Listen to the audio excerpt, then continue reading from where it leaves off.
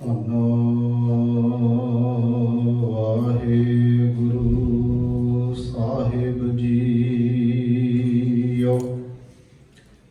ਜਪ ਤਪ ਸੰਜਮ ਧਰਮ ਨਾ ਕਮਾਇਆ, ਸੇਵਾ ਸਾਧਨਾ ਜਾਣਿਆ ਹਰਿ ਰਾਇਆ। ਕਹੋ ਨਾਨਕ ਹਮ ਨੀਚ ਕਰਮਾ, ਸ਼ਰਨ ਪਰੇ ਕੀ ਰਾਖੋ ਸ਼ਰਮਾ। ਕਹੋ ਨਾਨਕ ਹਮ ਨੀਚ ਕਰਮਾ, ਸ਼ਰਨ ਪਰੇ ਕੀ ਰਾਖੋ ਸ਼ਰਮਾ।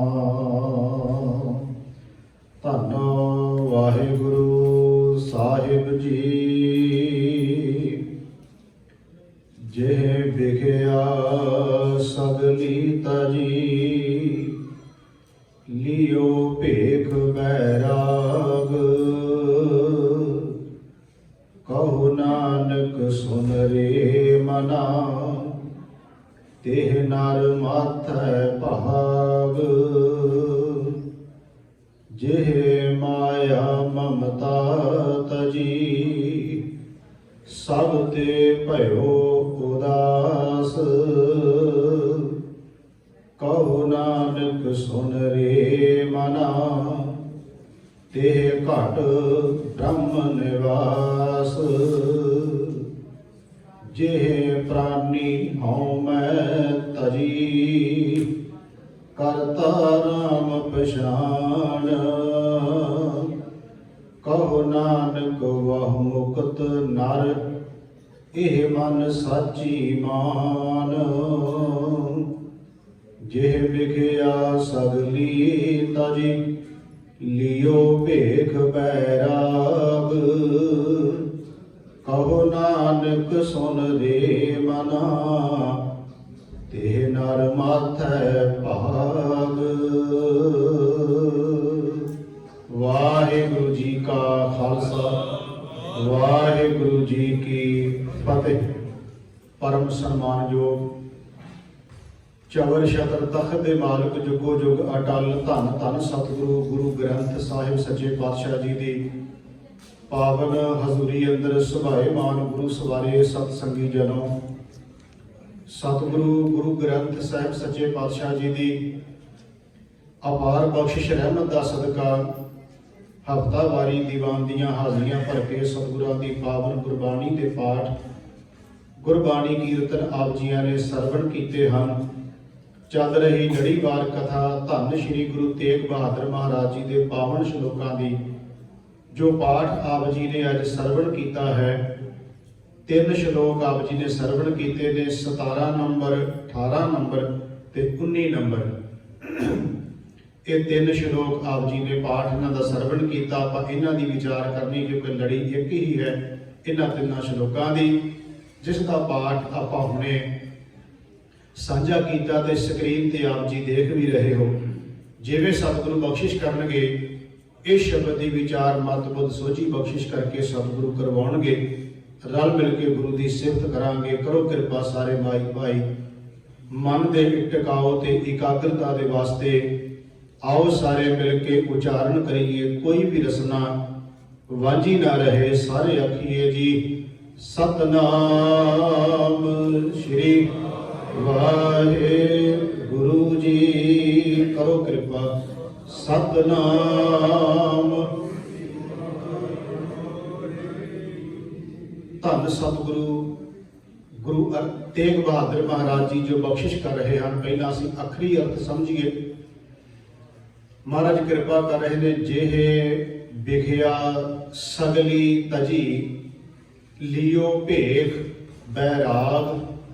ਕਹੋ ਨਾਨਕ ਸੁਨ ਰੇ ਮਨਾ, ਤਿਹ ਨਰ ਮਾਥੈ ਭਾਗ। ਜਿਹ ਦਾ ਮਤਲਬ ਹੋ ਗਿਆ ਜਿਸ ਨੇ ਵੀ। ਵਿਖਿਆ ਦਾ ਅਰਥ ਹੋ ਗਿਆ ਜ਼ਹਿਰ। ਆਪਾਂ ਇਹਦਾ ਖੁਲਾਸਾ ਕਰਾਂਗੇ, ਪਹਿਲਾਂ ਅੱਖਰੀ ਅਰਥ ਸਮਝੀਏ। ਮਹਾਰਾਜ ਕਹਿੰਦੇ ਜਿਸ ਮਨੁੱਖ ਨੇ ਇਹ ਜ਼ਹਿਰ ਖਤਮ ਕਰ ਲਿਆ ਹੈ, ਤੇ ਉਹਨੇ ਬੈਰਾਗ ਦਾ ਭੇਖ ਧਾਰਨ ਕਰ ਲਿਆ ਹੈ। ਵਿਰਾਗ ਵੀ ਸਮਝਾਂਗੇ ਆਪਾਂ। ਉਸਨੇ ਬੈਰਾਗ ਦਾ ਭੇਖ ਧਾਰਨ ਕਰ ਲਿਆ ਹੈ ਤੇ ਉਸਨੇ ਵਿਖਿਆ ਜ਼ਹਿਰ ਨੂੰ ਖਤਮ ਕਰ ਲਿਆ ਹੈ।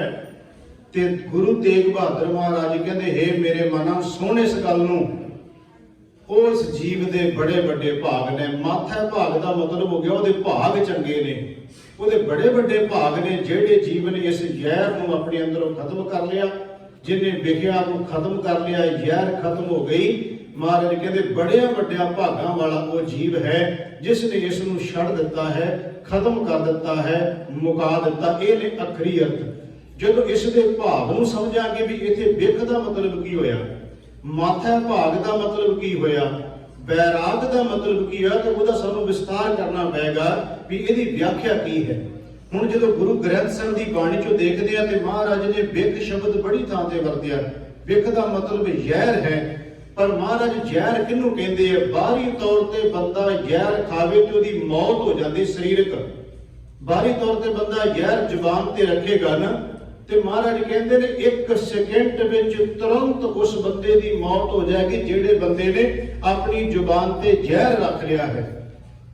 ਹੁਣ ਮਹਾਰਾਜ ਇੱਥੇ ਕਿਹੜੇ ਜ਼ਹਿਰ ਦਾ ਜ਼ਿਕਰ ਕਰਦੇ? ਮਹਾਰਾਜ ਕਹਿੰਦੇ ਬਾਹਰੀ ਤੌਰ ਤੇ ਬੰਦਾ ਜ਼ਹਿਰ ਖਾਵੇ ਤੇ ਸਰੀਰ ਖਤਮ ਹੋ ਜਾਂਦਾ ਹੈ, ਪਰ ਅੰਦਰ ਮਹਾਰਾਜ ਕਹਿੰਦੇ ਜਿਹੜਾ ਵਿਕਾਰਾਂ ਰੂਪੀ ਜ਼ਹਿਰ ਹੈ ਉਸ ਦੀ ਵਰਤੋਂ ਕਰਨ ਨਾਲ ਆਤਮਿਕ ਤੌਰ ਤੇ ਮੌਤ ਹੋ ਜਾਂਦੀ ਹੈ ਬੰਦੇ ਦੀ। ਉਹ ਆਤਮਿਕ ਤੌਰ ਤੇ ਮਰ ਜਾਂਦਾ ਹੈ, ਉਹਦੇ ਸ਼ੁਭ ਗੁਣ ਜਦੋਂ ਉਹਦੇ ਅੰਦਰੋਂ ਖਤਮ ਹੋ ਜਾਂਦੇ ਨੇ। ਇਹ ਹੈ ਮਹਾਰਾਜ ਕਹਿੰਦੇ ਵਿਖ ਦਾ ਮਤਲਬ ਹੋ ਗਿਆ ਵਿਕਾਰਾਂ ਰੂਪੀ ਜ਼ਹਿਰ ਜਿਹੜਾ ਹੈ, ਇਹਦੇ ਤੋਂ ਮਹਾਰਾਜ ਕਹਿੰਦੇ ਮੁਕਤ ਹੋਣਾ ਹੈ। ਇਹ ਔਖਾ ਹੈ। ਮਹਾਰਾਜ ਕਹਿੰਦੇ ਇਸ ਤੋਂ ਮੁਕਤ ਜਿਹੜਾ ਹੋ ਗਿਆ, ਸਮਝ ਲਓ ਉਸਨੇ ਬੈਰਾਗ ਧਾਰਨ ਕਰ ਲਿਆ। ਬੈਰਾਗ ਦਾ ਮਤਲਬ ਹੋ ਗਿਆ ਉਹ ਸਮਾਜ ਸੰਸਾਰ ਪਰਿਵਾਰ ਵਿੱਚ ਰਹਿ ਕੇ ਨਿਰਲੇਪ ਹੈ, ਉਹਦੇ ਤੇ ਇਸ ਦਾ ਪ੍ਰਭਾਵ ਕੋਈ ਨਹੀਂ। ਹੁਣ ਗੁਰੂ ਗ੍ਰੰਥ ਸਾਹਿਬ ਦੀ ਬਾਣੀ ਚੋਂ ਦੇਖੀਏ ਮਹਾਰਾਜ ਇਸ ਜ਼ਹਿਰ ਦਾ ਜੋ ਜ਼ਿਕਰ ਕਰ ਰਹੇ ਨੇ। ਅਸੀਂ ਸ਼ਲੋਕ 12 ਤੇ ਵਧੇਕ ਜਦੋਂ ਪਾਠ ਸਰਵਣ ਕਰਦੇ ਹਾਂ ਉਹਦੇ ਵਿੱਚ ਮਹਾਰਾਜ ਕਹਿੰਦੇ ਮਾਇਆ ਭਯੰਗਮ ਸਰਪ ਹੈ ਜਗ ਘੇਰਿਆ। ਉੱਥੇ ਅੱਗੇ ਜ਼ਹਿਰ ਦਾ ਜ਼ਿਕਰ ਆਏਗਾ। ਮਾਇਆ ਭਯੰਗਮ ਸਰਪ ਹੈ ਜਗ ਘੇਰਿਆ ਬਿਖ ਮਾਏ। ਮਹਾਰਾਜ ਕਹਿੰਦੇ ਬਿਖ, ਉੱਥੇ ਬਿਖ ਦਾ ਨਾਂ ਆ ਗਿਆ ਨਾ, ਜ਼ਹਿਰ।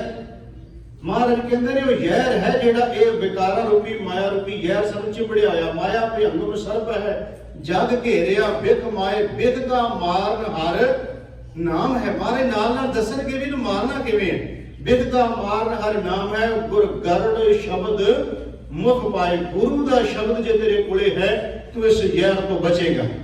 ਪਹਿਲਾਂ ਅਸੀਂ ਇਹ ਵੇਖਾਂਗੇ ਵੀ ਮਹਾਰਾਜ ਨੇ ਇਸ ਦੇ ਬਾਰੇ ਗੁਰਬਾਣੀ 'ਚ ਬਹੁਤ ਕੁਝ ਕਿਹਾ ਹੈ। ਗੁਰਮੁਖੋ ਇੱਕ ਗੱਲ ਯਾਦ ਰੱਖਿਓ, ਅਸੀਂ ਕਿਹੜੇ ਬਾਗ ਦੀ ਮੂਲੀ ਹੈ? ਜਦੋਂ ਗੁਰੂ ਗ੍ਰੰਥ ਸਾਹਿਬ ਦੇ ਵਿੱਚੋਂ ਗੁਰੂ ਸਾਹਿਬਾਨਾਂ ਦੇ ਬਚਨ ਪੜ੍ਹਦੇ ਹਾਂ, ਜਦੋਂ ਭਗਤ ਸਾਹਿਬਾਨਾਂ ਦੇ ਬਚਨ ਪੜ੍ਹਦੇ ਹਾਂ ਤੇ ਆਪਣੇ ਆਪ ਦੇ ਉੱਤੇ ਹੈਰਾਨਗੀ ਹੁੰਦੀ ਹੈ, ਮਹਾਰਾਜ ਜੇ ਇਹਨਾਂ ਜੁੜਿਆ ਹੋਇਆ ਰੱਬ ਨਾਲ ਇੱਕਮਿਕ ਹੋਇਆ ਹੋਇਆ ਵੀ ਤਰਲੇ ਲੈਂਦਾ, ਰੱਬ ਦੇ ਅੱਗੇ ਵਾਸਤੇ ਪਾਉਂਦਾ, ਹਾੜੇ ਕੱਢਦਾ ਹੈ, ਤੇ ਫਿਰ ਅਸੀਂ ਤੇ ਗੁਰਮੁਖੋਂ ਬਚਣਾ ਬਹੁਤ ਔਖਾ ਹੈ ਨਾ।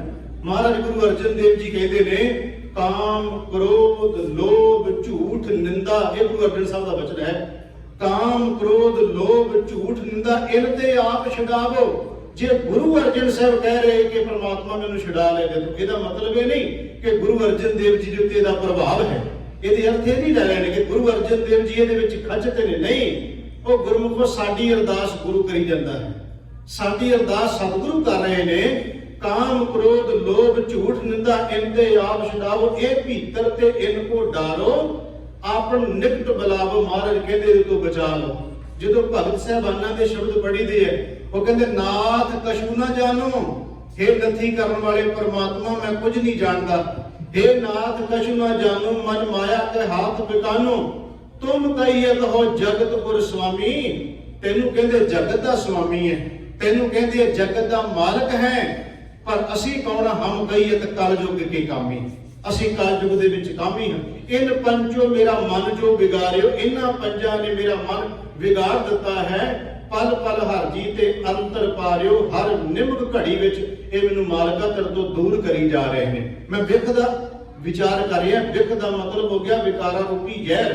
ਉਹਦਾ ਗੁਰੂ ਗ੍ਰੰਥ ਸਾਹਿਬ 'ਚ ਕਿੰਨੇ ਵਚਨ ਆਉਂਦੇ ਨੇ। ਸਤਿਗੁਰੂ ਦੀ ਬਾਣੀ ਕਹਿੰਦੀ ਹੈ ਇਹ ਕਰ ਕੀ ਰਹੇ ਨੇ? ਜਿਵੇਂ ਬਾਹਰੀ ਤੌਰ ਤੇ ਵਿਖ ਜ਼ਹਿਰ ਬੰਦੇ ਦੀ ਮੌਤ ਕਰਾ ਦਿੰਦੀ ਹੈ, ਤੇ ਸਤਿਗੁਰੂ ਬਾਣੀ 'ਚ ਕਹਿੰਦੇ ਇਹ ਵੀ ਅਸਲ 'ਚ ਬੰਦੇ ਦੀ ਆਤਮਿਕ ਮੌਤ ਕਰਾਉਂਦੇ, ਪਰ ਉਹਨੂੰ ਸਮਝ ਨਹੀਂ ਲੱਗਦੀ। ਇੱਕ ਮਹਾਰਾਜ ਦਾ ਬਚਨ ਆਉਂਦਾ ਗੁਰੂ ਗ੍ਰੰਥ ਸਾਹਿਬ ਜੀ ਦਾ, ਇਸ ਦੇਹੀ ਅੰਦਰ पंच चोर वसै, पंजां दा जिक्र आ गया। इस देही अंदर पंच चोर वसै, काम क्रोध लोभ मोह अहंकारा, ये पंजां दा जिक्र आ गया। ये की कर रहे ने? अमृत लूटै। साडे अंदर अमृत जो शुभ गुण, अमृत दा अर्थ करांगे शुभ गुण। अमृत लूटै मन मुख नहीं बूझे, मन पिछे तुरन वाले में समझ नहीं आ रही। अमृत लूटै मन मुख नहीं बूझे, कोई ना सुनै पुकारा। महाराज कहते कोई सुनने नूं तैयार ही नहीं इस गल नूं। ये अंदरों जीवन साडा लुट्टी जा रहे हैं, पर इन्हां नूं कोई समझण नूं तैयार नहीं है। सतगुरु गुरु ग्रंथ साहिब दी बाणी दे अंदर महाराज कहते ने असल विच बड़ा वड्डा सूरमा है जिहड़ा इन्हां उत्ते जित हासिल कर लै। एक वचन है महाराज दा, जाको हर रंग लाको इस युग में, सो कहियत है सूरा आत्म जिणै, सगल वस ताकै जाका सतगुर पूरा। जिन्हें पूरे सतगुरु नूं ध्या लिया वो बड़ा वड्डा सूरमा, जिन्हें इन्हां नूं खत्म कर लिया। खैर मैं 3 श्लोकां दी विचार करनी है, इस करके एक तो उत्ते ज्यादा विस्तार ना करा। इहदा मतलब हो गया विक गैर जिहड़ा है वो जीव दे अंदर है, ये विकारा रूपी। तो मैं बेनती कर रहा सी, महाराज पुकार पुकार के कहते ने, हे परमात्मा वाहिगुरु परमेश्वर जीओ सानू इन्हां तो बचा लै। हुण महाराज नूं पुछिए, महाराज तरीका की है, सानू सौखा जिहा दस दिओ। महाराज कोई ढंग दसो सौखा जिहा समझ आ जाए, असीं इहदे तो बच जाइए। तो महाराज सौखी जी जुगत दसो, कोई सौखा जिहा तरीका दसो, बंदा इहदे तो बच जाए, उहदा बचाव हो जाए। ते महाराज ने एक तरीका दसिया, जे अपना लईए तां वो शब्द नूं थोड़ा जिहा ध्यान दे के तुहानूं सुनना पैना। महाराज ने पंजां दा जिक्र 4 वारी कीता, एक तुक विच 4 वारी शब्द आएगा पंजां दा ही। उन्हां दे विच महाराज ने पंच शब्द वरत्या। पंच दा अर्थ आपां अगे कई वार कीता, वो पंच नहीं जिन्हां ने बाणी पढ़ सुन के जीवन कमाया, उन्हां दा जिक्र नहीं। अज पंजां दा जिक्र जिन्ना भी आउणा वो 5 विकारां दा जिक्र आएगा। ते महाराज दा एक वचन आया, पढ़दियां सतगुरु महाराज जी कहंदे आओ तरीका दसीए भजन दा। उत्थे महाराज कहंदे पंच मनाए, इन्हां नूं थोड़ा जिहा ध्यान दे के सुनना पैना। पंच मनाए, पंच रुसाए, पंच वसाए, पंच गवाए। ये 4 वारी शब्द आना पंच जिहड़ा। इत्थे पंच दा अर्थ 5 है, इहदे अर्थ गिनती 5 दी है। महाराज कहंदे की तरीका होणे दा? पंच मनाए, महाराज कहंदे पंजां नूं मना लिया। ते पंच रुसाए, ਜਦੋਂ 5 ਜਾਣੇ ਮੰਨ ਗਏ ਤੇ 5 ਰੁੱਸ ਗਏ। ਕੁਦਰਤੀ ਗੱਲ ਹੈ, ਜੇ ਕਿਸੇ ਨੂੰ ਮਨਾਉਣਾ ਤੇ ਰੁੱਸਣਾ ਵੀ ਹੈ ਕਿਸੇ ਨੇ। ਜੇ ਤੁਸੀਂ ਕਿਸੇ ਨੂੰ ਮਨਾਉਂਦੇ ਹੋ ਤੇ ਉਹਦੇ ਬਦਲੇ ਵਿੱਚ ਕੋਈ ਰੁੱਸੇਗਾ ਵੀ ਨਾ। ਪਰ ਮਹਾਰਾਜ ਕਹਿੰਦੇ ਨੇ ਕੋਈ ਗੱਲ ਨਹੀਂ, ਮੈਨੂੰ ਉਹਨਾਂ ਦੇ ਰੁੱਸੇ ਦਾ ਕੋਈ ਫਿਕਰ ਨਹੀਂ। ਇਹੋ ਜਿਹੇ ਰੁੱਸੇ ਹੀ ਚੰਗੇ ਹੁੰਦੇ। ਨਾਨਕ ਮਨ ਮੁਖਾਂ ਨਾਲੋਂ ਟੁੱਟੀ ਭਲੀ, ਜਿਨ ਮਾਇਆ ਮੋਹ ਪਿਆਰ। ਮਹਾਰਾਜ ਕੱਲ ਵੀ ਟੁੱਟਣੀ ਸੀ, ਅੱਜ ਟੁੱਟ ਗਈ, ਚੰਗਾ ਹੋ ਗਿਆ। ਇੱਥੇ ਥੋੜਾ ਜਿਹਾ ਸਮਝੋ, ਮੈਂ ਬਾਹਰੀ ਤੌਰ ਤੇ ਜ਼ਿਕਰ ਨਹੀਂ ਕਰ ਰਿਹਾ ਵੀ ਤੁਸੀਂ ਕਹੋ ਵੀ ਭਾਈ ਸਾਹਿਬ ਸ਼ਾਇਦ ਕਹਿ ਰਹੇ ਆ ਵੀ ਆਪਾਂ ਜੇ ਕਿਸੇ ਨੂੰ ਮਨਾ ਰਹੇ ਆ ਤੇ ਉਹਦੇ ਨਾਲ ਕਿਸੇ ਨੂੰ ਰਸਾ ਵੀ ਲਈਏ। ਨੇ ਮੈਂ ਅੰਦਰ ਦੀ ਗੱਲ ਕਰ ਰਿਹਾ, ਬਾਹਰੀ ਤੌਰ ਤੇ ਨਹੀਂ ਮੈਂ ਕਹਿ ਰਿਹਾ। ਮਹਾਰਾਜ ਕਹਿੰਦੇ ਪੰਜਾਂ ਨੂੰ ਮਨਾਇਆ ਤੇ 5 ਰੁੱਸ ਗਏ। ਹੁਣ ਰੁੱਸੇ ਕਿਉਂ 5 ਜਾਣੇ? ਉਹ ਇਸ ਕਰਕੇ ਰੁੱਸ ਗਿਆ ਵੀ ਇੰਨਾ ਚਿਰ ਤੇ ਸਾਡੇ ਨਾਲ ਸਾਂਝ ਰਹੀ, ਇੰਨਾ ਚਿਰ ਤੇ ਸਾਡੇ ਨਾਲ ਮਿਲਾਪ ਰਿਹਾ, ਅੱਜ ਤੈਨੂੰ ਦੂਜੇ ਚੰਗੇ ਲੱਗਣ ਲੱਗ ਪਏ। ਮਹਾਰਾਜ ਕਹਿੰਦੇ ਮੈਂ ਕੀ ਕਰਾਂ? गुरु अपने ते लैके सानू कह रहे ने। बार बार मैं कई बार जो बेनती करता हूं उदों मेरा मतलब हुंदा जेड़े शब्द चलन उहनूं गुरु ते ना ढुका के देखो भी गुरु कह गुरु साहब रहे ने, पर असीं अपनी गल करनी कि असीं कह रहे हैं, क्योंकि गुरु नूं नहीं कहना कि महाराज कहंदे कि मैं पंजां नूं वसा लिया, पंजां नूं। सानू ढंग दस रहे ने अपने ते शब्द लैके। महाराज कहंदे मैं 5 जाने मनाए, उहदे बदले विच 5 रुस गए। पंजां नूं वसा लिया ते पंजां नूं गवा लिया, इस करके मैं अपना पिंड वसाया है। मार के जिहड़ा मैं पिंड वसाया ना, मेरे पिंड विच वसन वाले 5 जाणियां नाल मेरी बहुत बन गई। उन्हां दे बनन नाल 5 जाणे जिहड़े सी रुस के बह गए। महाराज दा खुलासा करनगे वो जिहड़े 5 किहड़े ने। पहली तुक विच कहंदे पंच मनाए, मनाउणा किन्हां नूं है? सत, संतोख, दया, धर्म ते धीरज। 5 हो गए ना। सत, संतोख, दया, धर्म ते धीरज, ये भी 5 ही ने ना। ये शुभ गुण, ये चंगे, इन्हां नूं मना लिया भी तुसीं मन जाओ। इहदे बदले विच रसाया किन्हां नूं? रुस कौन गए? काम, क्रोध, लोभ, मोह ते अहंकार। हुण 5 मना ले ते 5 रसा ले। महाराज कहंदे पंच वसाए, उन्हां नूं अंदर वसा लिया 5 नूं ते 5 गवाए। महाराज कहंदे इन विद नगर बुठा मेरे भाई, हे मेरे भरावो, मैं इस तरह अपना शहर वसा लिया, नगर नगर मैंने पिंड, गुठा मैंने वस गया। मारे कहते मेरा पिंड हुण वस गया, मेरे पिंड विच पंजां नाल ये मेरे अपने हो गए ते पंज जाने मेरे तो रुस गए। उन्हां दा जिक्र मैं एक बार फिर कर दवां कि पंच मनाए पंच रसाए, सत संतोख दया धर्म ते धीरज, ये पंज जाने महाराज कहते ने अंदर मना लिया इन्हां नूं ते ਇਹਦੇ बदले ਵਿੱਚ गवा लिया। किन्हां नूं रुस कौन गए? काम क्रोध लोभ मोह ते अहंकार रुस गए। फिर पंच वसाए, वो पंजे ही वस गए अंदर, सत संतोख दया धर्म ते धीरज ये वस गए ते विकार जेड़े पंज सी मारे कहते वो चले गए, वो गवा दिते। इन विद इस तरीके नाल नगर गुठा मेरे भाई मेरे भरावो मैं अपना नगर वसा लिया। ते अगे महाराज कहते ने इस नगर विच जदों वस गया ते महाराज कहते मेरे एक होर तरीका लभ्या भी जेड़े पंज रुस्से ने किते मेरे घर लुटणी आ जाण, जिन्हां पंजां नूं नाल विगड़ गई मेरी रसा लिया, जिन्हां नूं महाराज कहते वो किते हमला ना कर देण। फिर गुरु अर्जन देव महाराज कहते उन्हां तो बचन दे लई पता की कीता? गुरु ग्रंथ साहिब दी बाणी दा बचन महाराज कहते कीता की? फिर महाराज कहते मैं घर दीयां कंधां बड़ियां उच्चियां कर लईआं, उन्हां कंधां नूं इन्नियां उच्चियां कर ला कि ਉਹਦੇ घेरे घेरे मैं वाड़ भी ला लई कंडियां दी लोहे दी बना के, ताकि वो हमला ना कर सकण। एक बाहरी दृश्य है, गल अंदर दी हो रही है। वो वाड़ किहड़ी सी? गुरु साहब कहते साच धर्म की कर दीनी वार। महाराज कहते मैं सच ते धर्म दी हुण वाड़ बना लई, हुण हमले दा मैनूं कोई डर नहीं, हुण इन्हां दे हमला करन दा कोई मेरे ते प्रभाव नहीं पएगा। ਇਹਦਾ मतलब गुरु तरीका दसदा पिया भी जे बचना ते आ ही तरीका सौखा जे। सच जानियो, जे कोई बंदा ये दावा करे भी देखो जी परिवार छड्ड जाओ, गृहस्थ छड्ड जाओ, बंदा दूर किते चलिया जाए, इन्हां तो बच जाएगा। गुरु ग्रंथ साहिब दी बाणी की दुनिया के किसी कोने च चलिया जाए, ये चलने नाल ही तेरे देश छोड़ परदेसै धाया, पंच चंडाल नाले ले आ। मार कहते नाल ही चलने ने, इन्हां ने इतना भी किते पास के नाल ही चलणगे ये पंजे जाने।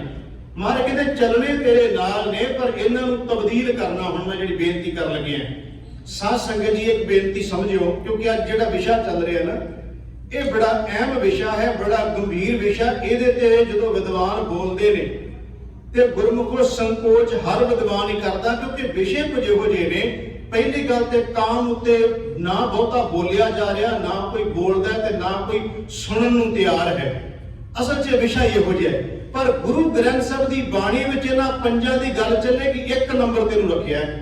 ਇਹਦਾ मतलब हो गया बड़ा बलवान है, ये बड़ा बली है, ये तो बचना बहुत औखा, बड़ा मुश्किल है। मैं बाणी चो कह रहा, गुरु साहब कहते रहे बड़ा औखा है, हमला करता है बंदा, तो बचन वास्ते तरला ही कर सकता, रब दे अगे दावा कोई नहीं किया जा सकता। तुसीं हैरान होवोगे जदों सानूं इहो जिहियां खबरां सुणन ते पढ़न नूं मिल जांदियां ने। ਇਹ ਇੰਨਾ ਜ਼ਿਆਦਾ ਪ੍ਰਬਲ ਹੈ ਤੇ ਇੰਨਾ ਜ਼ਿਆਦਾ ਬੰਦੇ ਤੇ ਹਾਵੀ ਹੋ ਜਾਂਦਾ ਹੈ, ਇਹਨੇ ਗੂੜੇ ਰਿਸ਼ਤੇ ਵੀ ਤੋੜ ਕੇ ਰੱਖ ਦਿੰਦਾ ਹੈ। ਪਿਓ ਧੀ ਦੇ ਰਿਸ਼ਤੇ ਖਤਮ ਹੋ ਜਾਂਦੇ ਨੇ, ਮਾਂ ਪੁੱਤ ਦੇ ਰਿਸ਼ਤੇ ਖਤਮ ਹੋ ਜਾਂਦੇ ਨੇ, ਭੈਣ ਭਰਾਵਾਂ ਦੇ ਰਿਸ਼ਤੇ ਖਤਮ ਕਰ ਦਿੰਦਾ। ਇਹ ਅਸੀਂ ਵੇਖਦੇ ਹੀ ਹਾਂ, ਮੀਡੀਆ ਦਾ ਯੁੱਗ ਹੈ, ਆਪਾਂ ਸਭ ਨੂੰ ਪਤਾ ਲੱਗ ਜਾਂਦਾ ਜਦੋਂ ਕੋਈ। ਇਹਦਾ ਮਤਲਬ ਕਿੰਨਾ ਇਹ ਬੰਦੇ ਉੱਤੇ ਹਾਵੀ ਹੋ ਕੇ ਕਿਹੋ ਜਿਹੀ ਬੰਦੇ ਦੇ ਉੱਤੇ ਗਿਰਾਵਟ ਲੈ ਆਉਂਦਾ ਹੈ, ਇੰਨੇ ਨੀਵੇਂ ਪੱਧਰ ਤੇ ਬੰਦੇ ਨੂੰ ਲੈ ਜਾਂਦਾ ਕਿ ਬੰਦਾ ਸ਼ਰਮਸ਼ਾਰ ਹੁੰਦਾ ਹੈ ਵੀ ਇਹ ਹੋਇਆ ਕੀ। ਸ਼ਰਮਸ਼ਾਰ ਬੰਦਾ, ਇਹਦਾ ਮਤਲਬ ਇੰਨਾ ਪ੍ਰਭਾਵ। ਮਹਾਰਾਜ ਕਹਿੰਦੇ ਬਚੀਏ ਕਿਵੇਂ ਹੁਣ? ਗੁਰੂ ਨਾਨਕ ਸੱਚੇ ਪਾਤਸ਼ਾਹ ਮਹਾਰਾਜ ਜੀ ਦੀ ਪਰਖ ਕਰਨ ਵਾਸਤੇ ਨਾ, ਜਦੋਂ ਸ਼ਿਵਨਾਭ ਰਾਜੇ ਨੂੰ ਕਿਹਾ ਵੀ ਜਿਹਨੂੰ ਤੂੰ ਚਾਹੁੰਦਾ ਹੈ ਯਾਦ ਕਰ, ਉਹ ਮਿਲੇਗਾ ਜ਼ਰੂਰ, ਪਰ ਇੱਥੇ ਹੀ ਆ ਜਾਏਗਾ। ਉਹਨੇ ਕਿਹਾ ਬੜੇ ਅੱਗੇ ਆਉਂਦੇ ਸੀ ਤੇ ਪਰਖਣ ਦੇ ਤਰੀਕੇ ਬੜੇ ਸੀ, ਉਹਦੇ ਢੰਗ ਤਰੀਕੇ ਬਹੁਤ ਸੀ ਉਹਦੇ ਕੋਲੇ। ਉਹ ਰਾਜਾ ਸੀ ਨਾ, ਛੇਤੀ ਇਤਬਾਰ ਨਹੀਂ ਸੀ ਕਰਦਾ। ਉਹ ਜਿਹੜਾ ਵੀ ਜਾਂਦਾ ਸੀ ਉੱਥੇ ਉਹ ਕੋਈ ਨਾ ਕੋਈ ਢੰਗ ਤਰੀਕਾ ਵਰਤਦਾ ਸੀ, ਕਦੀ ਹੀਰੇ ਮੋਤੀ ਦੇ ਦੇਣਾ, ਉਹਦੇ ਤੋਂ ਪ੍ਰਭਾਵਿਤ ਹੋ ਜਾਣਾ। ਕਈ ਵਾਰ ਉਹ ਕੋਈ ਹੋਰ ਤਰੀਕਾ ਲੱਭਦਾ ਸੀ, ਉਹਦੇ ਤੋਂ ਪ੍ਰਭਾਵਿਤ ਹੋ ਜਾਂਦੇ ਸੀ। ਉਹ ਕਹਿੰਦਾ ਸੀ ਨਹੀਂ ਨਕਲੀ ਹੈ ਸਾਰੇ। ਜਦੋਂ ਗੁਰੂ ਨਾਨਕ ਸਾਹਿਬ ਤੇ ਭਾਈ ਮਰਦਾਨਾ ਜੀ ਉੱਥੇ ਪਹੁੰਚੇ, ਉਹਨੇ ਕਿਹਾ ਵੀ ਅੱਜ ਵੀ ਆਏ ਨੇ, ਚਲੋ ਇਹਨਾਂ ਦੀ ਵੀ ਪਰਖ ਕਰਦੇ ਵੀ ਇਹ ਪੂਰੇ ਨੇ। ਭਰਾ ਜੀ ਦੇ ਬਾਰੇ ਕਿਹਾ ਸੀ ਵੀ ਜਦੋਂ ਉਹ ਆਉਣਗੇ ਤੈਨੂੰ ਤਾਰ ਦੇਣਗੇ, ਤੇਰਾ ਭਲਾ ਕਰ ਦੇਣਗੇ। ਭਾਈ ਮਨਸੁਖ ਨੇ ਕਿਹਾ ਸੀ ਤੇਰਾ ਭਲਾ ਹੋ ਜਾਏਗਾ। ਤੇ ਸਾਧ ਸੰਗਤ ਜੀ, ਜਦੋਂ ਸਤਿਗੁਰੂ ਮਹਾਰਾਜ ਜੀ ਪਹੁੰਚਦੇ ਆ, ਉਹਨੇ ਫਿਰ ਕੀ ਤਰੀਕਾ ਅਪਣਾਇਆ? ਕਿਉਂਕਿ ਸਤਿਗੁਰੂ ਗੁਰੂ ਨਾਨਕ ਸਾਹਿਬ ਜੀ ਨੂੰ ਪਰਖਣ ਲਈ ਜੋ ਇਤਿਹਾਸ ਕਹਿ ਰਿਹਾ, ਉਹਨੇ ਕੁਝ ਔਰਤਾਂ ਨੂੰ, ਕੁਝ ਬੱਚੀਆਂ ਨੂੰ ਤਿਆਰ ਕਰਕੇ ਕਿਹਾ ਜਾਓ ਗੁਰੂ ਨਾਨਕ ਸਾਹਿਬ ਸੱਚੇ ਪਾਤਸ਼ਾਹ, ਚਲੋ ਮੈਂ ਗੁਰੂ ਨਾਨਕ ਸਾਹਿਬ ਸ਼ਬਦ ਵਰਤਿਆ, ਉਹਨਾਂ ਜਿਹੜੇ ਫਕੀਰ ਆਏ ਨੇ ਉਹਨਾਂ ਦੇ ਉੱਤੇ ਆਪਣਾ ਪ੍ਰਭਾਵ ਪਾਓ ਤਾਂ ਕਿ ਪਤਾ ਲੱਗੂ ਅਸਲੀ ਹੈ ਕਿ ਨਕਲੀ ਨੇ। ਜਦੋਂ ਸਤਿਗੁਰੂ ਦੇ ਸਨਮੁਖ ਆਏ, ਆਹ ਹੈ ਤਰੀਕਾ ਬਚਨ ਦਾ ਜਿਹੜਾ ਗੁਰੂ ਨੇ ਦੱਸਿਆ। ਜਦੋਂ ਸਤਿਗੁਰੂ ਦੇ ਸਨਮੁਖ ਆਈਆਂ ਉਹ ਬੀਬੀਆਂ ਤਿਆਰ ਹੋ ਕੇ ਪ੍ਰਭਾਵ ਪਾਉਣ ਲਈ ਸਤਿਗੁਰੂ ਉੱਤੇ, ਤੇ ਗੁਰੂ ਨਾਨਕ ਸੱਚੇ ਪਾਤਸ਼ਾਹ ਨੇ ਆਉਂਦਿਆਂ ਸਾਰ ਕਿਹਾ, ਇਹ ਕੰਨਾਂ 'ਚ ਪਹਿਲਾਂ ਕਦੀ ਆਵਾਜ਼ ਨਹੀਂ ਸੀ ਪਈ, ਉਹ ਗੁਰੂ ਗ੍ਰੰਥ ਸਾਹਿਬ ਦਾ ਬਚਨ ਹੈ, ਗੁਰੂ ਨਾਨਕ ਸਾਹਿਬ ਦਾ ਹੀ ਬਚਨ ਹੈ। ਮਹਾਰਾਜ ਨੇ ਕਿਹਾ, ਗਾਸ਼ੋ ਪੁੱਤਰੀ ਰਾਜ ਕੁਵਾਰ। ਗਾਸ਼ੋ ਦਾ ਮਤਲਬ ਬੋਲੋ, ਆਖੋ, ਕਹੋ, ਹੇ ਮੇਰੀਓ ਪੁੱਤਰੀਓ, हे राजकुमारियों मेरियो धीओ, आखो इस साच भाणो उस परमात्मा दोत सवार, दोत मैंने अमृत वेला सवार मैंने सवारो, जिहदे अर्थ किसी ने भी कीते सवेर ही किया सुनकर, इहदा भाव ये बन गया, हे मेरियो धीओ, हे मेरियो पुत्रियो, तुसी इस उम्र विच जो कुछ कर रही जे, इस सूरत नूं देख के क्यों विकारां उत्ते प्रभाव पा के आप भी हावी होईयां ते नाले दूजियां ते मन डलाउण लई जो तुसीं कर रहीआं जे, इहनूं छड्डो मेरियो धीओ, रब दा नाम जपो। गुरु नानक साहब दे चरनां ते डिग पईआं। बाबा पहिलां नहीं सी कदी किसी ने कहा इदां, पहिलां ते जो साडा हाव भाव देखदा सी प्रभावित हो जांदा सी, डुੱਬ जांदा सी विकारां जिहड़ा आउंदा सी। महाराज तुसीं भले हो ते तुहाडी आवाज़ जदों धीओ किहा, सचमुच अज बाप नज़र आउंदा है, अज पिता नज़र आउंदा है। ਤੇ ਫਿਰ ਉਹਨਾਂ ਜਾ ਕੇ ਕਹਿ ਦਿੱਤਾ, ਸ਼ਿਵ ਨਾਗ ਨੂੰ ਕਹਿੰਦੇ ਆ ਗਿਆ ਉਹੀ ਜਿਹਨੂੰ ਤੂੰ ਯਾਦ ਕਰਦਾ ਹੈ। ਇਹ ਉਹੀ ਹੈ, ਉਹ ਰੱਬ ਦਾ ਰੂਪ ਹੈ, ਪਰਮੇਸ਼ਰ ਹੈ, ਤੇ ਉਹਦੇ ਚਰਨਾਂ ਤੇ ਡਿੱਗ ਪਾਓ, ਗੁਰੂ ਨਾਨਕ ਸਾਹਿਬ ਦੇ ਚਰਨ। ਇਹਦਾ ਮਤਲਬ ਮਹਾਰਾਜ ਨੇ ਕਿਹਾ ਤੁਸੀਂ ਇਹ ਤਰੀਕਾ ਅਪਣਾ ਸਕਦੇ ਹੋ ਕਿ ਇਸ ਤੋਂ ਬਚਣ ਲਈ ਤੁਸੀਂ ਧੀ, ਮਾਂ ਤੇ ਪਿਤਾ, ਵੱਖਰੀ ਗੱਲ ਹੈ ਕਿ ਗੁਰਮੁਖੋ ਸਾਡੀ ਸੋਚ ਕਈ ਵਾਰ ਇੰਨੇ ਨੀਵੇਂ ਪੱਧਰ ਤੇ ਚਲੀ ਜਾਂਦੀ ਹੈ, ਅਸੀਂ ਪਿਓ ਧੀ ਵੀ ਗੱਲਾਂ ਕਰਦੇ ਹੋਣ ਨਾ ਜਾਣਦੇ ਹੋਈਏ ਤੇ ਪਤਾ ਨਹੀਂ ਸੀ ਕੀ ਸੋਚਦੇ ਆ, ਸਕੇ ਭੈਣ ਭਰਾ ਗੱਲਾਂ ਕਰਦੇ ਹੋਣ ਤੇ ਨਾ ਜਾਣਦੇ ਹੋਈਏ ਪਤਾ ਨਹੀਂ ਕੀ ਸੋਚਦੇ ਅਸੀਂ, ਕਿਉਂਕਿ ਸਾਡੀ ਸੁਰਤ ਇੰਨੀ ਨੀਵੇਂ ਪੱਧਰ ਦੀ ਚਲੇ ਜਾਂਦੀ ਹੈ, ਅਸੀਂ ਹਰ ਗੱਲ ਦੇ ਵਿੱਚੋਂ ਪਤਾ ਨਹੀਂ ਵਿਕਾਰ ਹੀ ਦੇਖਦੇ ਹਾਂ। ਕਿਉਂ ਮੈਂ ਕਹਿ ਰਿਹਾ, ਕਿਉਂਕਿ ਮੈਂ ਪਹਿਲਾਂ ਕਿਹਾ ਵਿਸ਼ਾ ਬੜਾ ਗੰਭੀਰ ਹੈ, ਇਹਦੇ ਤੇ ਸਾਰੇ ਵਿਦਵਾਨ, ਮੈਂ ਕਿਹੜੇ ਬਾਗ ਦੀ ਮੂਲੀ ਤੇ ਬੜੇ ਵਿਦਵਾਨ ਹੋ ਕੇ ਚਲੇ ਗਏ, पर खुल के कोई वो स्टेज ते खुद कहते रहे भी खुल के की बोल गए, क्योंकि ना कोई सुनने नूं तैयार इस गल नूं, क्योंकि जो साडे अंदर है वही साडे बाहर है। मारे कहते जो पावे भांडे विच वस्त साह निकले, जो वस्तु अंदर है वही साडे बाहर निकलेगी ना। इहनूं पहलां अंदरली वस्तु नूं इहदे तो पहलां उहदे च भरीए असीं शुभ गुण, तां पता चले। खैर मैं एक बेनती कर लग्या, मैनूं कुदरती गल 40 साल पहलां दी चेते आ गई, आ कुदरती गल विचार विचों गल निकल आई। 40 साल पहलां दी मैं उदों बड़ी छोटी उम्र सी, ते जिहड़ा गुम्मद हुंदा ना, गुम्मद तुसीं गुरुद्वारे दा देखदे जिवें, इस गुम्मद दे उत्ते एक कारीगर काम करदा सी, ते मैं गुरुद्वारे विच सी ते मेरा काम सी उहनां नूं चाह पानी पिआउणा, क्योंकि बचपना सी, छोटी उम्र सी ते डर बड़ा लगदा सी किन्ना उच्चा हुंदा है। वैसे पंजाब च तां बहुत उच्चे गुंबज हुंदे आ, चलो मैं पिंड ते उहनां दा नां नहीं जिक्र कर लगा, सिर्फ बेनती मैनूं कुदरती याद आ गई गल, नीवें पੱਧਰ दी गल तो मैनूं चेता आ गया। ਉੱਥੇ ਉਹ ਕੰਮ ਕਰ ਰਹੇ ਸਨ ਦੋ ਜਾਣੇ, ਕਾਰੀਗਰ ਉੱਤੇ ਟੁਕੜੀ ਲਾ ਰਿਹਾ ਸੀ ਤੇ ਨਾਲ ਬੰਦਾ ਉਹਨੂੰ ਫੜਾ ਰਿਹਾ ਸੀ, ਤੇ ਉਹਨੇ ਚਿਰ ਚ ਮੈਂ ਉਹਨਾਂ ਨੂੰ ਚਾਹ ਪਿਲਾਉਣ ਦੇ ਲਈ ਉੱਤੇ ਚਲਿਆ ਗਿਆ। ਜਦੋਂ ਉੱਤੋਂ ਦੇਖਿਆ ਤੇ ਉੱਥੇ ਦੂਰ ਜਿਵੇਂ ਲੋਕ, ਕਿਉਂਕਿ ਆਪਾਂ ਜਦੋਂ ਉੱਚੀ ਜਗ੍ਹਾ ਤੇ ਚੜ੍ਹਦੇ ਆ ਦੂਰ ਦੂਰ ਤੱਕ ਸਾਨੂੰ ਦਿਸਦਾ, ਉੱਥੇ ਬੱਸ ਸਟੈਂਡ ਸੀ, ਬੱਸ ਅੱਡਾ ਸੀ, ਤੇ ਬੱਸ ਤੋਂ ਜਦੋਂ ਦੋ ਲੜਕੀਆਂ ਨੌਜਵਾਨ ਉਤਰੀਆਂ ਤੇ ਉਹ ਆ ਰਹੀਆਂ ਸੀ ਪਿੰਡ ਨੂੰ। ਇਹ ਮੈਂ ਜੋ ਤੁਹਾਨੂੰ ਸੁਣੀ ਸੁਣਾਈ ਗੱਲ ਨਹੀਂ ਸੁਣਾਉਣ ਲੱਗਿਆ, ਇਹ 40 ਸਾਲ ਦੀ ਗੱਲ ਜਿਹੜੀ ਅੱਜ ਵੀ ਮੇਰੇ ਕੰਨਾਂ 'ਚ ਗੂੰਜਦੀ ਹੈ। ਗੁਰਮੁਖੋ ਉਹ ਉੱਥੇ ਜਦੋਂ ਕੰਮ ਕਰਦੇ ਸਨ ਤੇ ਉਹ ਕਹਿ ਰਿਹਾ ਸੀ, ਜਿਹੜੇ ਨੇ ਸ਼ਬਦ ਮੈਂ ਉਹ ਤਾਂ ਨਹੀਂ ਚਲੋ ਵਰਤ ਸਕਦਾ, ਕਿਉਂਕਿ ਗੁਰੂ ਦੀ ਸੰਗਤ ਅਤੇ ਗੁਰੂ ਦੀ ਹਜ਼ੂਰੀ ਸਮਝ ਤੁਸੀਂ ਆਪੇ ਜਿਹੋ ਸਿਆਣੇ ਬੈਠੇ ਨੇ। ਉਹਨੇ ਉਹਨਾਂ ਲੜਕੀਆਂ ਵੱਲੇ ਵੇਖ ਕੇ ਗਲਤ ਅੰਦਰੋਂ ਫੁਰਨੇ ਪੈਦਾ ਕੀਤੇ, ਉਹਨੇ ਗਲਤ ਲਫ਼ਜ਼ ਬੋਲੇ, ਉਹਨੇ ਗਲਤ ਫੁਰਨੇ ਬਣਾਏ, ਉਹਨੇ ਕਿਹੜੇ ਭੈੜੇ ਲਫ਼ਜ਼ ਅੰਦਰੋਂ ਬਣਾ ਕੇ ਬਾਹਰ ਦੂਜੇ ਨੂੰ ਬੋਲ ਰਿਹਾ ਸੀ। ਤੇ ਜਦੋਂ ਬਿਲਕੁਲ ਨਜ਼ਦੀਕ ਆ ਗਈਆਂ ਤੇ ਉਹਨੂੰ ਸ਼ਰਮਸ਼ਾਰ ਹੋਣਾ ਪਿਆ, ਕਿਉਂਕਿ ਉਹਦੀ ਸਗੀ ਭੈਣ ਸੀ, ਕਿਉਂਕਿ ਦੂਰ ਸੀ ਪਤਾ ਨਾ ਚੱਲਿਆ, ਨੇੜੇ ਆਈ ਤੇ ਆਪਣੇ ਆਪ ਨੂੰ ਲਾਹਨਤਾਂ ਪਾਈਆਂ ਹੋਏ ਮਨਾਂ ਤੋਂ ਅੱਜ ਕਿਹੜੇ ਬੰਨੇ ਤੁਰ ਪਿਆ।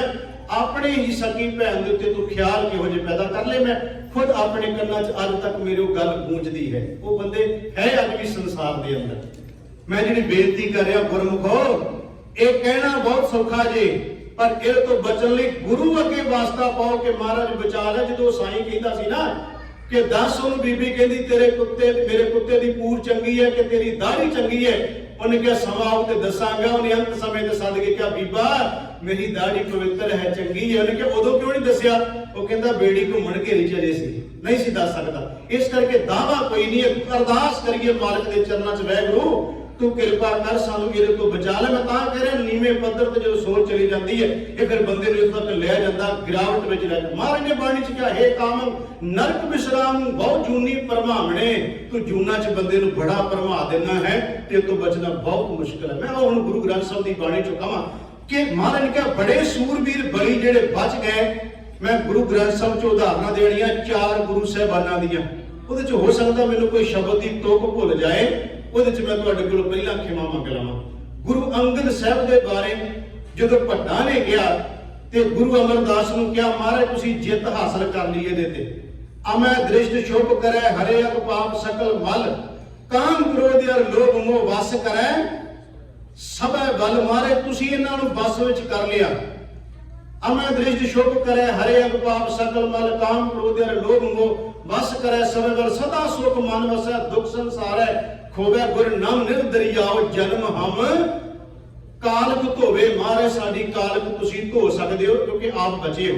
ਅਗਲਾ ਬਚਨ ਹੈ ਗੁਰੂ ਅਮਰਦਾਸ ਜੀ ਦਾ।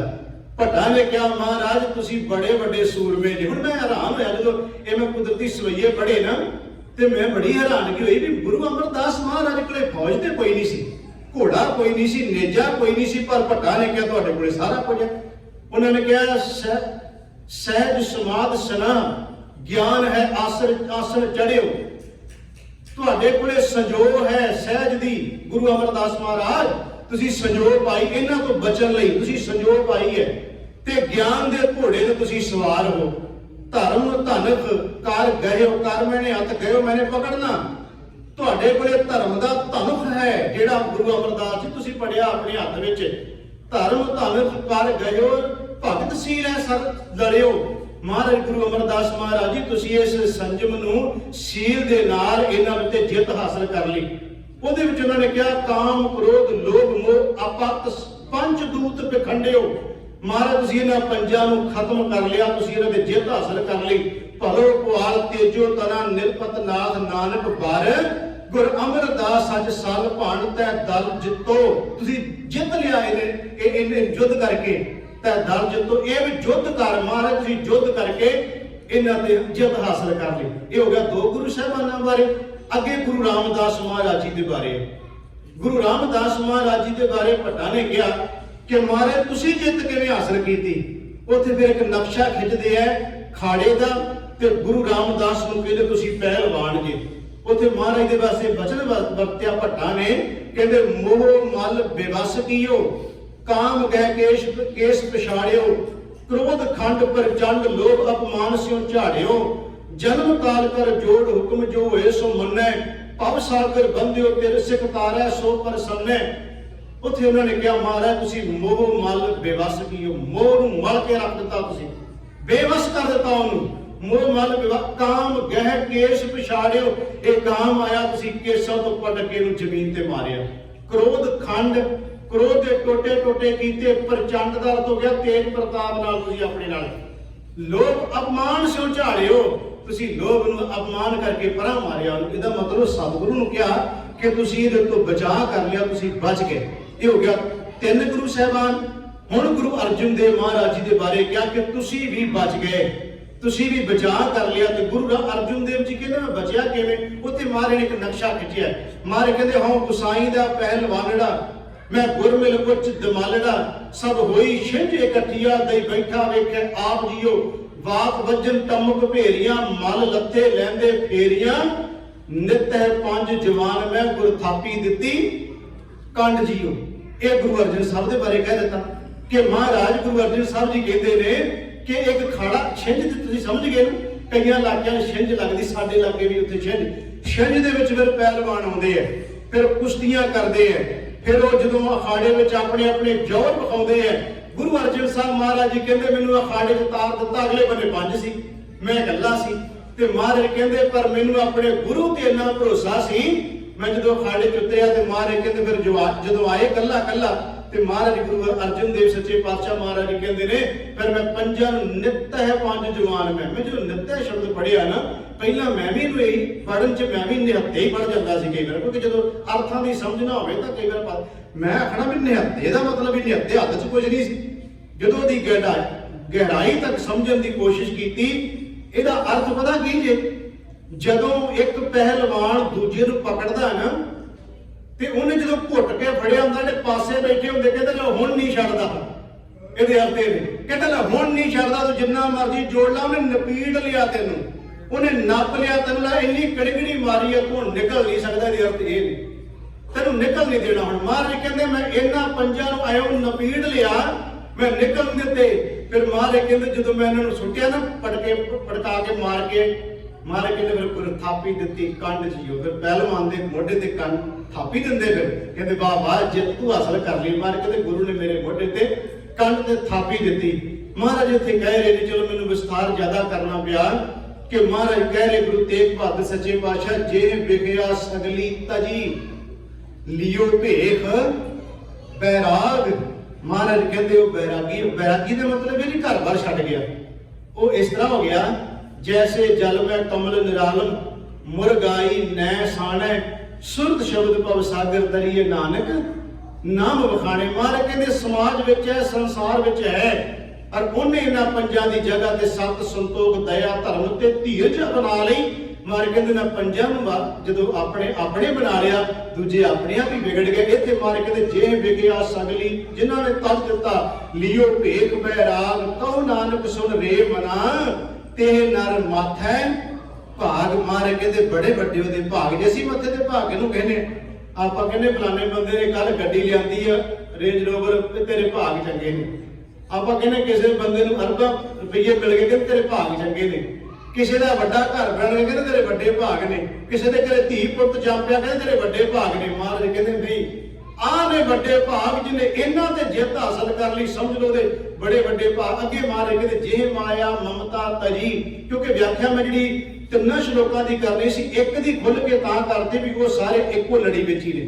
ਅੱਗੇ ਮਹਾਰਾਜ ਕਹਿੰਦੇ ਜੇ ਮਾਇਆ ਮਮਤਾ ਤਜੀ, ਉੱਥੇ ਵੀ ਮਾਇਆ ਕਈ ਰੂਪ ਬਣਾਉਂਦੀ ਹੈ, ਇਹ ਵਿਕਾਰ ਵੀ ਇੱਕ ਮਾਇਆ ਦਾ ਰੂਪ ਹੀ ਨੇ। ਜਿਹਨੂੰ ਕਬੀਰ ਸਾਹਿਬ ਨੇ ਕਿਹਾ ਕਬੀਰ ਆਈ ਮੁਝੇ ਪੈ ਅਨਕ ਕਰੇ ਕਰ ਭੇਸ, ਹਮ ਰਾਖਿਆ ਗੁਰੇ ਆਪਣੇ ਉਨ ਕੀਨੋ ਆਦੇਸ਼ ਨਮਸਕਾਰ ਕਰਕੇ ਚਲੇ ਗਏ। ਬੜੇ ਬੜੇ ਉਹਨੇ ਪ੍ਰਭਾਵ ਪਾਏ।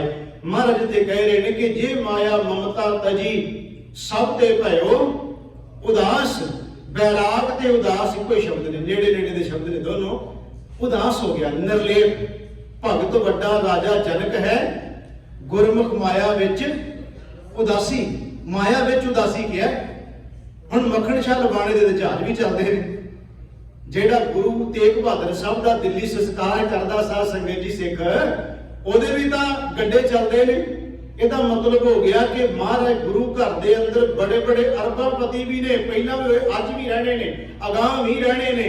ਇਹਦਾ ਮਤਲਬ ਅਸੀਂ ਪਦਾਰਥ ਕੀ ਕਰ ਲੈਂਦੇ ਹਾਂ, ਜਦੋਂ ਮਾਇਆ ਦੀ ਗੱਲ ਚੱਲਦੀ ਹੈ ਇੱਕਦਮ ਸਾਡੀ ਸੁਰਤ ਪਤਾ ਕਿੱਧਰ ਜਾਂਦੀ ਹੈ। ਰੁਪਈਆ ਡਾਲਰ ਯੂਰੋ ਇਹਨਾਂ ਦੇ ਸਾਡਾ ਧਿਆਨ ਚ ਰਹਿ ਜਾਂਦਾ ਵੀ ਇਹਨੂੰ ਮਾਇਆ ਕਿਹਾ। ਉਹ ਗੁਰਮੁਖੋ ਇਹ ਤਾਂ ਇਹ ਤੋਂ ਬਿਨਾਂ ਦਾ ਸੰਸਾਰ ਚੱਲ ਨਹੀਂ ਸਕਦਾ। ਸਾਨੂੰ ਪਤਾ ਇਹ ਤਾਂ ਕਾਰੋਬਾਰਾਂ ਵਾਸਤੇ ਕੰਮ ਕਾਰ ਵਾਸਤੇ ਇਹਦੀ ਤਾਂ ਲੋੜ ਜ਼ਰੂਰਤ ਹੈ, ਇਹ ਤਾਂ ਚੱਲੇਗੀ। ਇਹਨੂੰ ਮਾਇਆ ਦੇ ਰੂਪ ਵਿੱਚ ਨਹੀਂ ਕਿਹਾ ਗਿਆ। ਅਸੀਂ ਅਰਥ ਇਹਦੇ ਕੱਢਦੇ ਹੋਈ ਆ। ਪਤਾ ਕੀ ਕਹਿਣਗੇ ਸਟੇਜਾਂ ਤੇ, ਕਹਿੰਦੇ ਜੀ ਮਾਇਆ ਧਾਰੀ ਤੰਨਾ ਬੋਲਾ ਸ਼ਬਦ ਸੁਣੀ ਬੋਲ ਕਚੋਲਾ। ਇਹ ਮਾਇਆ ਧਾਰੀ ਅੰਨਾ ਬੋਲਾ ਹੋ ਗਿਆ, ਤੇ ਅੰਨਾ ਬੋਲਾ ਤੇ ਇੱਕ ਭਿਖਾਰੀ ਵੀ ਹੋ ਸਕਦਾ ਜਿਹਦੇ ਕੋਲੇ 2 ਡੱਬ ਦੀ ਰੋਟੀ ਨਹੀਂ ਪੱਕਦੀ। ਮਾਇਆ ਧਾਰੀ ਤੋਂ ਵੀ ਹੋ ਸਕਦਾ ਹੈ। ਤੁਕ ਵੇਖੋ ਅੱਗੇ ਸ਼ਬਦ ਨਾ ਸੁਣਾਈ ਬਹੁ ਰੋੜ ਘਚੋਲਾ। ਉਹ ਸ਼ਬਦ ਨਹੀਂ ਸੁਣਦਾ, ਬਾਣੀ ਨਹੀਂ ਸੁਣਦਾ, ਉਹ ਰੱਬ ਦੇ ਨਾਮ ਨੂੰ ਨਹੀਂ ਜਪਦਾ।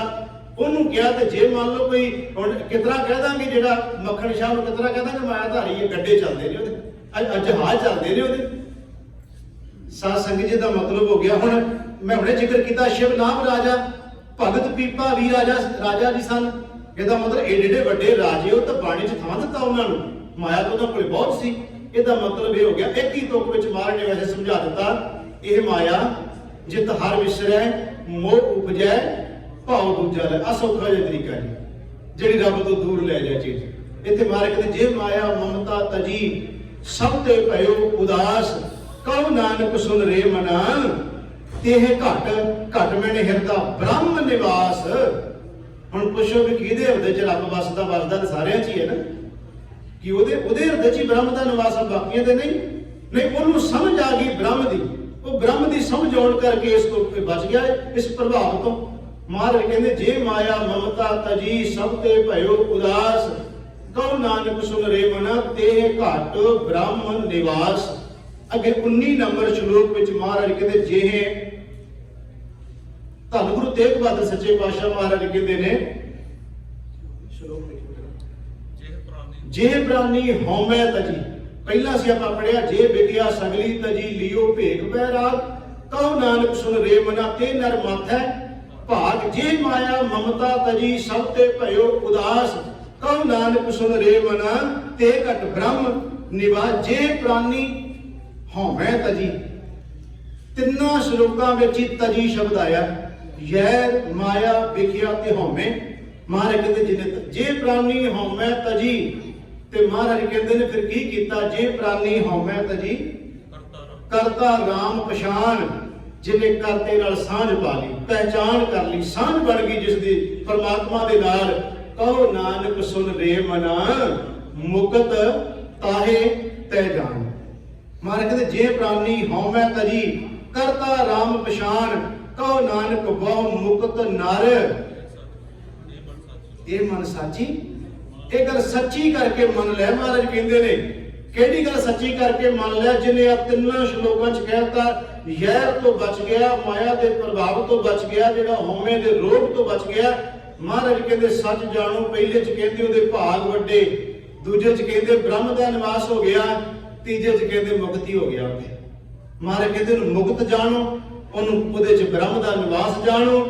ਮਹਾਰਾਜ ਕਹਿੰਦੇ ਉਹਦੇ ਮੱਥੇ ਦੇ ਭਾਗ ਚੰਗੇ ਜਾਣੋ, ਜਿਹੜੇ ਜੀਵ ਨੇ ਇਹਨਾਂ ਤੋਂ ਆਪਣੇ ਆਪ ਨੂੰ ਬਚਾ ਲਿਆ, ਛੁਟਕਾਰਾ ਪਾ ਲਿਆ। ਫਿਰ ਮੈਂ ਬੇਨਤੀ ਕਰਾਂ ਇੱਕ ਵਾਰਾਂ ਕਿ ਸਾਧ ਸੰਗਤ ਜੀ, ਮਹਾਰਾਜ ਦੀ ਬਾਣੀ ਕਹਿੰਦੀ ਹੈ ਘਰ ਮੈਂ ਪੰਚ ਬਸਾਏ। ਮਹਾਰਾਜ ਕਹਿੰਦੇ ਨੇ ਪੰਜੇ ਵਿਚਾਰੀ, ਇਹ ਵੀ ਸ਼ਬਦ ਹੈ, ਸ਼ਾਇਦ ਮੈਂ ਤੁਕ ਜੇ ਨਾ ਵਿਸਰਦਾ ਹੋਵਾਂ।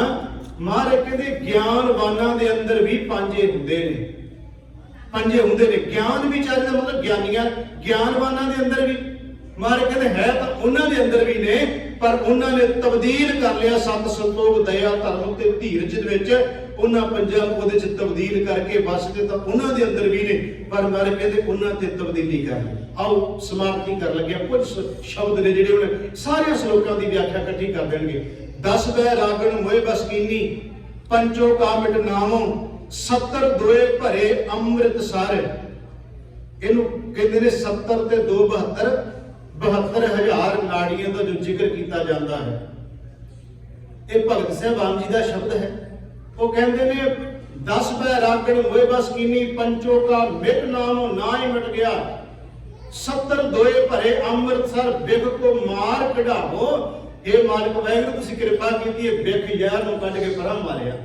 ਹੁਣ ਇਹਦੀ ਥਾਂ ਤੇ ਅੰਮ੍ਰਿਤ ਭਰਿਆ ਗਿਆ, ਪਰਮਾਤਮਾ ਵਾਹਿਗੁਰੂ ਦੇ ਨਾਮ ਰੂਪੀ ਅੰਮ੍ਰਿਤ ਨੂੰ ਇਸ ਜੀਵਨ ਵਿੱਚ ਭਰ ਲਿਆ। ਇਹ ਅੰਮ੍ਰਿਤ ਭਰਿਆ ਗਿਆ ਤੇ ਬਿਖ ਜ਼ਹਿਰ ਜਿਹੜਾ ਸੀ ਮਾਰ ਕੇ ਉਹਦੇ ਤੋਂ ਪਰਮਾਤਮਾ ਤੁਸੀਂ ਸਾਨੂੰ ਬਚਾ ਲਿਆ, ਉਹਦੇ ਤੋਂ ਛੁਟਕਾਰਾ ਪਾ ਲਿਆ। ਮੇਰਾ ਕਹਿਣ ਤੋਂ ਭਾਵ ਸਾਧ ਸੰਗਤ ਗੁਰੂ ਗ੍ਰੰਥ ਸਾਹਿਬ ਦੀ ਬਾਣੀ ਦੇ ਅੰਦਰ ਮਹਾਰਾਜ ਨੇ ਕਿਹਾ ਭਾਈ ਇਹ ਜੋ ਵਿਸ਼ੇ ਵਿਕਾਰ ਨੇ, ਬਿਖ ਹੈ, ਜ਼ਹਿਰ ਹੈ, ਜਿਨ੍ਹਾਂ ਦਾ ਮੈਂ ਹੁਣੇ ਜ਼ਿਕਰ ਕਰਕੇ ਲਿਆ ਕਿ ਕਾਮ ਕ੍ਰੋਧ ਲੋਭ ਮੋਹ ਅਹੰਕਾਰ, ਇਹ 5 ਜ਼ਹਿਰ ਰੂਪੀ ਜੋ ਵਿਖਿਆ ਰੂਪੀ, ਇਹਨਾਂ ਨੂੰ ਖਤਮ ਤਾਂ ਨਹੀਂ ਕੋਈ ਬੰਦਾ ਕਰ ਸਕਦਾ, ਨਾ ਮਾਰੇ ਜਾ ਸਕਦੇ। ਤਬਦੀਲ ਕਰੀਏ ਕਾਮ ਗ੍ਰਸਤ ਵਿੱਚ, ਲੋਭ ਸੰਤੋਖ ਵਿੱਚ, ਇਸ ਤਰ੍ਹਾਂ ਮੋਹ ਪਿਆਰ ਦੇ ਵਿੱਚ, ਤੇ ਸਾਧ ਸੰਗਤ ਜੀ ਜਿਹੜਾ ਅਹੰਕਾਰ ਹੈ ਉਹਨੂੰ ਸਵੈਮਾਨ ਦੇ ਵਿੱਚ, ਇਹ ਚੀਜ਼ਾਂ ਨੂੰ ਉਸ ਤਰੀਕੇ ਨਾਲ ਖਤਮ ਕਰਨਾ। ਇਹ 5 ਬੰਦੇ ਦੇ ਅੰਦਰ ਹੋਣੇ ਜ਼ਰੂਰੀ ਨੇ। ਤਬਦੀਲੀ ਉਹਨਾਂ ਦੀ ਜ਼ਰੂਰ ਕਰਨੀ ਹੈ। ਜੇ ਬੰਦੇ ਅੰਦਰ ਕ੍ਰੋਧ ਨਹੀਂ ਹੋਏਗਾ ਤੇ ਅਹੰਕਾਰ ਸਵੈਮਾਨ ਦੀ ਉਹਨੂੰ ਸਮਝ ਨਹੀਂ ਆ ਸਕਦੀ। ਜੇ ਮੋਹ ਨਹੀਂ ਹੋਏਗਾ ਤੇ ਪਿਆਰ ਦੀ ਸਮਝ ਨਹੀਂ ਆ ਸਕਦੀ। ਅੰਦਰ ਵਾਸ਼ਨਾ ਕਾਮ ਨਾ ਹੋਏਗਾ ਤੇ ਸਮਾਜ ਸੰਸਾਰ ਦੀ ਬੰਤਰ ਜਾਂ ਸਮਾਜ ਅੱਗੋਂ ਚੱਲਣਾ ਬਹੁਤ ਮੁਸ਼ਕਲ ਹੈ, ਕਿਉਂਕਿ ਮਾਤਾ ਪਿਤਾ ਬਿਨ ਬਾਲ ਨਾ ਹੋਈ, ਲੋਭ ਨਹੀਂ ਹੋਏਗਾ ਤੇ ਬੰਦਾ ਕੁਝ ਕਰ ਨਹੀਂ ਸਕੇਗਾ। ਸਮਾਜ ਸੰਸਾਰ ਅੰਦਰ ਕੁਝ ਇਕੱਠਾ ਨਹੀਂ ਕਰ ਸਕੇਗਾ। ਉਹਦੇ ਅੰਦਰ ਉਹ ਸਮਾਜ ਦੀ ਬੰਤਰ ਬਣਾਉਣ ਲਈ ਫੁਰਨੇ ਨਹੀਂ ਉੱਠਣਗੇ। ਪਰ ਇਹਨਾਂ ਦੀ ਵਰਤੋਂ ਬਸ ਜਿਹੜੀ ਹੈ ਮਹਾਰਾਜ ਕਹਿੰਦੇ ਉਹਦਾ ਢੰਗ ਤੇ ਤਰੀਕਾ ਅਪਣਾ ਲਓ। ਜਦੋਂ ਇਹ ਢੰਗ ਤਰੀਕਾ ਬੰਦਾ ਅਪਣਾ ਲੈਂਦਾ, ਉਹਨੂੰ ਸਹੀ ਤਰੀਕੇ ਨਾਲ ਵਰਤੋਂ ਕਰਨੀ ਸ਼ੁਰੂ ਕਰ ਦਿੰਦਾ ਹੈ, ਫਿਰ ਮਹਾਰਾਜ ਕਹਿੰਦੇ ਵਸਦੇ ਤਾਂ ਰੱਬ ਦੇ ਪਿਆਰਿਆਂ ਵਿੱਚ ਵੀ ਨੇ। ਵਸਦੇ ਤਾਂ ਗੁਰੂਆਂ ਅੰਦਰ ਵੀ ਨੇ, ਵਸਦੇ ਤਾਂ ਭਗਤਾਂ ਅੰਦਰ ਵੀ ਨੇ। ਸਭ ਦੇ ਅੰਦਰ ਇਹ ਜੋ ਪਰਮਾਤਮਾ ਨੇ ਪੰਜਾਂ ਦੀ ਸ਼ਕਤੀ ਪਾਈ ਹੈ, ਬਸ ਉਸ ਸ਼ਕਤੀ ਨੂੰ ਮਹਾਰਾਜ ਕਹਿੰਦੇ ਸਹੀ ਵਰਤੋਂ ਕਰ ਦਿਓ ਤੇ ਇਹੀ ਜੀਵਨ ਜਿਹੜਾ ਹੈ ਆਨੰਦਮਈ ਬਣ ਜਾਂਦਾ ਹੈ। ਮਹਾਰਾਜ ਕਹਿੰਦੇ ਉਹੀ ਜੀਵਨ ਮੁਕਤ ਮੰਨਿਆ ਜਾਂਦਾ ਹੈ, ਉਹਦੇ ਘਟ ਵਿੱਚ ਬ੍ਰਹਮ ਦਾ ਨਿਵਾਸ ਤੇ ਸਮਝ ਪੈ ਜਾਂਦੀ ਹੈ। ਇਹ ਸੀ ਸਤਿਗੁਰੂ ਗੁਰੂ ਤੇਗ ਬਹਾਦਰ ਮਹਾਰਾਜ ਜੀ ਦੇ ਅੱਜ ਦੇ ਜੋ ਅਸੀਂ 17, 18 ਤੇ 19 ਨੰਬਰ 3 ਸ਼ਲੋਕਾਂ ਦੀ ਵਿਚਾਰ ਕੀਤੀ। ਜੋ ਪ੍ਰਕਰਨ 1 ਚੱਲਦਾ ਸੀ, ਮੈਂ ਤਾਂ 3 ਸ਼ਲੋਕ ਲੈ ਲਏ। ਜਿਵੇਂ ਸਤਿਗੁਰੂ ਨੇ ਸਮਤ ਬਖਸ਼ੀ ਉਹਦੇ ਮੁਤਾਬਕ ਵਿਚਾਰ ਕਰਨ ਦਾ ਯਤਨ ਕੀਤਾ। ਗੁਰੂ ਚਰਨਾਂ 'ਚ ਅਰਦਾਸ ਕਰੀਏ, ਵਾਹਿਗੁਰੂ ਤੁਸੀਂ ਆਪ ਹੀ ਕਿਰਪਾ ਕਰ ਦਿਓ। ਕਾਮ, ਕ੍ਰੋਧ, ਲੋਭ, ਝੂਠ, ਨਿੰਦਾ ਇਨ ਤੇ ਆਪ ਛਡਾਵੋ। ਇਹ ਭੀਤਰ ਤੇ ਇਨ ਕੋ ਡਾਰੋ ਆਪਨ ਨਿਕਟ ਬੁਲਾਵੋ। ਹੇ ਵਾਹਿਗੁਰੂ ਤੁਸੀਂ ਕਿਰਪਾ ਕਰਕੇ ਸਾਨੂੰ ਇਹਨਾਂ ਤੋਂ ਬਚਾ ਲਓ। ਇਹ ਗੁਰੂ ਚਰਨਾਂ 'ਚ ਅਰਦਾਸ ਅਸੀਂ ਸਾਰੇ ਕਰੀਏ। ਵਾਹਿਗੁਰੂ ਕਿਰਪਾ ਕਰੇ, ਗਰੀਬ ਨਿਵਾਜ ਸੱਚੇ ਪਾਤਸ਼ਾਹ ਜੀ ਸਾਨੂੰ ਸਭ ਨੂੰ ਮਤ ਬੋਧ ਸੋਝੀ ਬਖਸ਼ਿਸ਼ ਕਰਨ। ਵਿਚਾਰ ਕਰਦਿਆਂ ਬੇਅੰਤ ਪ੍ਰਕਾਰ ਦੀਆਂ ਭੁੱਲਾਂ ਟੁੱਟਾਂ ਹੋ ਗਈਆਂ। ਸਤਿਗੁਰੂ ਜੀ ਤੇ ਸਾਧ ਸੰਗਤ ਬਖਸ਼ਣ ਯੋਗ ਹੈ। ਭੁੱਲ ਚੁੱਕ ਦੀ ਖਿਮਾ ਦਿੰਦੇ ਹੋਏ ਪਿਆਰ ਸਹਿਤ ਫਤਿਹ ਬੁਲਾਓ ਜੀ। ਵਾਹਿਗੁਰੂ ਜੀ ਕਾ ਖਾਲਸਾ, ਵਾਹਿਗੁਰੂ ਜੀ ਕੀ ਫਤਿਹ।